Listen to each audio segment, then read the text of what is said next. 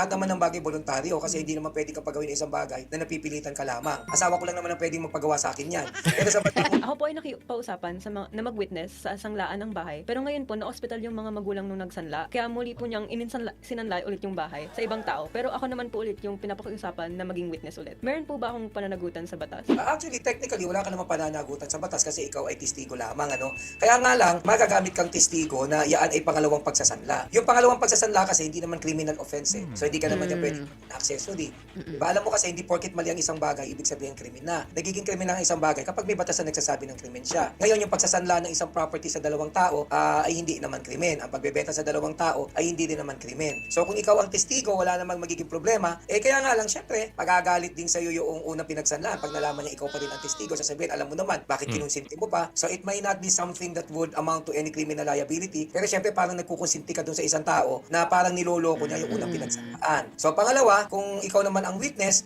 pag nagkakasuhan yan, ikaw ang magagamit. So, di ba, may kailangan patunayan na may pangalawang pagsasanla, hindi pwede kunin kang witness. Pwede ba siya tumanggi, attorney? Okay, syempre pwede ka tumanggi lahat naman ng bagay voluntaryo kasi hindi naman pwede kang pagawin ng isang bagay na napipilitan ka lamang. Asawa ko lang naman ang pwedeng magpagawa sa akin yan.